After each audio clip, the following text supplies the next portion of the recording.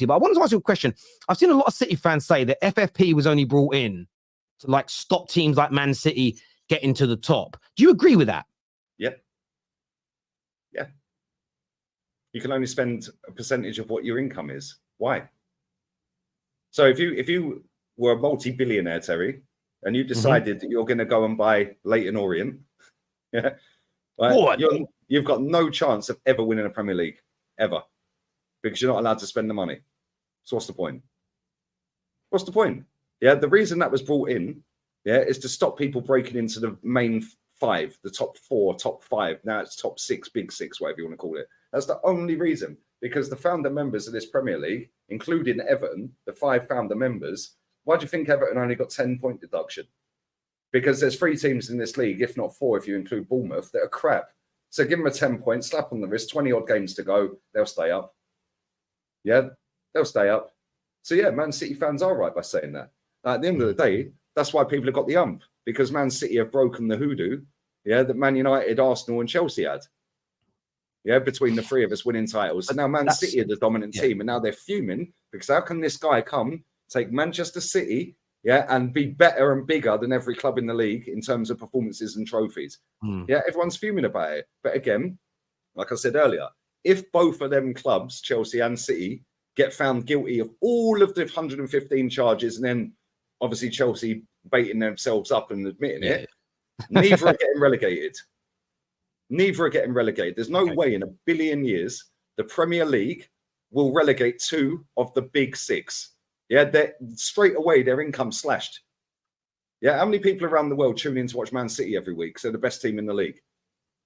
People tune in to watch Chelsea because they're absolute banter at the minute.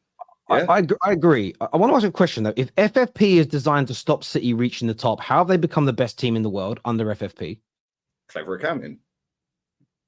So you believe that, and not only that, they've hired the best people in the best position in every position. Their chairman, what's his name, Khaldoon Al Mubarak, mate. Just listen to that guy speak. Different level, mate. I just want to clarify what you. I want to clarify what you mean when you say clever accounting. You mean the cheating that they're alleged of doing? Well, I'm not saying cheating because it ain't cheating. If they're proven to have not cheated, it's all ifs and buts, Terry. Okay. So I'm getting to a point. So if they're proven to have not cheated, and this is all legit income, legit sponsors, they're not circumvented, then FFP hasn't stopped them doing anything, has it? They're still the best team in the world. So your point about me being a billionaire and buying Orient and FFP would stop me getting to the top. It hasn't stopped City. And you look at Newcastle, 18 months ago, we're a relegation team, brand new owners, brilliant owners that want to make them the best. They're already a Champions League team and progressing. You look at the likes of Bournemouth and Brentford and the Brightons. The Champions League once. Hang on. But at the same time, we've seen an improvement in Newcastle in 18 months under FFP. You mentioned earlier about me buying Leyton Orient and I could never get them near the top. Just go and look where 10 years ago when FFP started. Go and look where the likes of Brighton and Brentford and Bournemouth and these clubs were. Luton, look where they were. And they have all, under FFP and sustainability rules being in the game, have all progressed with very good owners. Now add up their trophies. Okay, again, but this is the point I'm making. You're looking at small clubs who have had new owners and new people come in over the past decade or two that have grown them from being minuscule and have got them into the Premier League. Some of them might be years away. Let me finish my point. They've gone from being minuscule and tiny and they're now in the Premier League, and some of them are starting to really punch well above their weight. It's going to take them time. It's going to take them a lot of time to be able to genuinely compete with the Man United and everybody else. Now, I get your point that if they had a multi-billionaire come in that could afford to lose 20 billion and he's still super rich, that if they could come in and spend all they wanted, they could get to those positions a lot faster. But in my view, when you look at owners that have come in and spent huge, exorbitant amounts of money, yes, Roman did a great job. Sheikh Mansour's done a great job. But up until FFP came in and started controlling it, it was creating a lot more problems. Look at the Portsmouth, the Leeds, the Rangers, the Gretnas. Leyton Orient are a prime example. We've both established that the UK government sold Chelsea. It's nothing to do with that, Lee. Let me talk. We've just established that the UK government forced out an owner, who was winning stuff, without doing any checks on the club and giving the club to another guy. So you can waffle all you like, Terry. You mentioned a minute ago. What's that got to do with anything? No, because at the end of the day, you're talking about What stories waffle? and fairy tales. None of these What clubs stories? win What anything. stories and fairy tales? You just said What's the about story and fairy Luton tale? Town. Oh, no, hold up. You just said about What? Luton Town. Oh, they were minuscule, some of these clubs. Now they're in the Premier Yeah. League. But they're still Mhm. minuscule, aren't they? They just managed to get to the Premier League. They're still Right. minuscule. Okay, So, but they're progressing. So you're but they're making out by progressing. getting to But the hang on, Premier they're League. Hold on. progressing. You're making But you out said by teams getting can't to the progress Premier under League. FFP. They're progressing. How's that possible? You're making. They're progressing. They pocketed 300 million quid in the summer and spent 22 mil.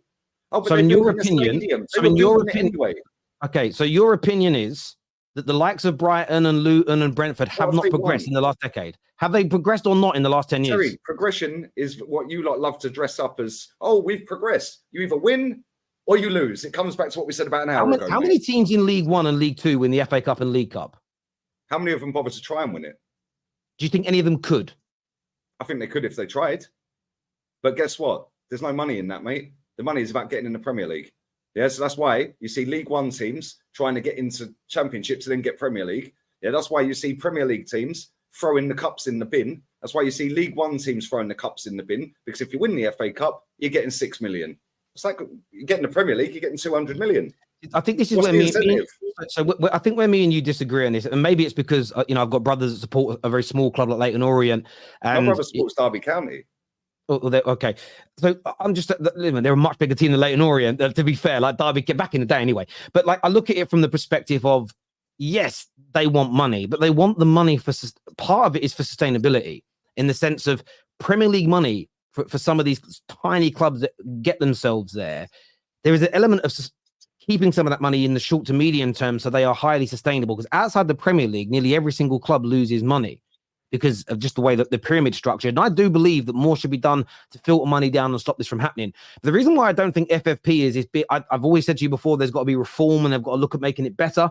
But the difference is this: if you just start letting any club that has a billionaire spending whatever they want, you're going to get a lot of clubs in the medium to long term that are going to go out of business because they would create wage bills and they would create costs that they would not be able to maintain should anything happen to that, to the benefactor, in the sense of the club putting the money in. This happened to a very small club in Scotland called Gretna, who were a tiny little club, and they got this very, very wealthy man came in and started pumping as much money as he could.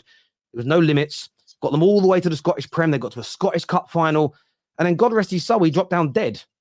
That club don't exist anymore because of the level of money that was being pumped into it. Nobody else stepped in to say, well, we'll keep spending that money. They went out of business. They couldn't. The debtors were so high. The wages they had to pay. There has to be checks and balances on this. However, I think owners should be able to pump more money into their clubs, and I think that can be negotiated on. However, at the end of the day, I understand your point that you want your owners to act a certain way, but I don't think breaking rules just because you disagree with them is something that we should tolerate or celebrate or not look into. Because it's all if buts and maybes. We don't know if they have broken the rules. But again, it makes great storylines. Yeah, we don't know. Everyone's hoping they broke the rules because their team are crap. So they're hoping Man City broke the rules because now that's a big problem out the way, Terry. Yeah, but how about Man United fans and Arsenal fans demand what Man City are doing? Yeah, going and doing above and beyond, going and getting the best players, the best managers. Yeah, instead of talking about dogs and youth projects and phases. Can I ask you a question? So if it turns out, and I'm only going on hypotheticals here, but I'd love to get an answer from you. If it turns out that there's been a hell of a lot of financial doping from the likes of Chelsea, from the likes of City over the past 10 to 15 years, and it's proven, and this is what the accusation is, it's proven that they built these squads that did win the major trophies, that have built a foundation that made them brilliant last year to help win a treble in City's case. Would you not feel cheated as an Arsenal fan where you've had some really good teams in that time that just weren't good enough to beat them? If they've got there through ill-gotten gains, if they've got there through breaking the rules, would you not feel cheated as a rival that you maybe had the opportunities of winning taken away from you by a club that cheated? No. Because when we're selling Van Persie to Man United for 24 million, and when we're selling Adebayor to Man City, Gal Clichy, Cesc Fabregas, Thierry Henry, I could go on and on and on, Vieira. Yeah. When we're selling all of them, making out that we're paying a stadium off and we're skin, which was a load of rubbish, 20 million a year that stadium cost. And the Cronkies paid the whole lot off in 2018, yeah, which was 240 mil. So we'd only gone halfway through the payments. Yeah. That is what I'm more angry at. Yeah. The fact that that manager lied through his teeth every single day, conning the public to the point where Gary Neville was on Sky Sports when he first got the job there, saying, oh yeah, but you know, Wenger can't compete. He's doing a great job considering they're paying the stadium off and it's nearly paid. No, it was 20 million a year for 25 years, like a mortgage, mate. Should have been paid in 2031. The Cronkies paid the bill, right? So that's what I'd be more aggrieved at. Not Man City bending the rules here and there, yeah, and breaching the rules. Yeah, not at all. Why don't we actually start acting like a big football club? Because like I said, every time I hear someone at Man City speak, they ain't waffling about phases, dogs, plates, top four. They're like unicorns, processes. They're win, win, win, win, win, win.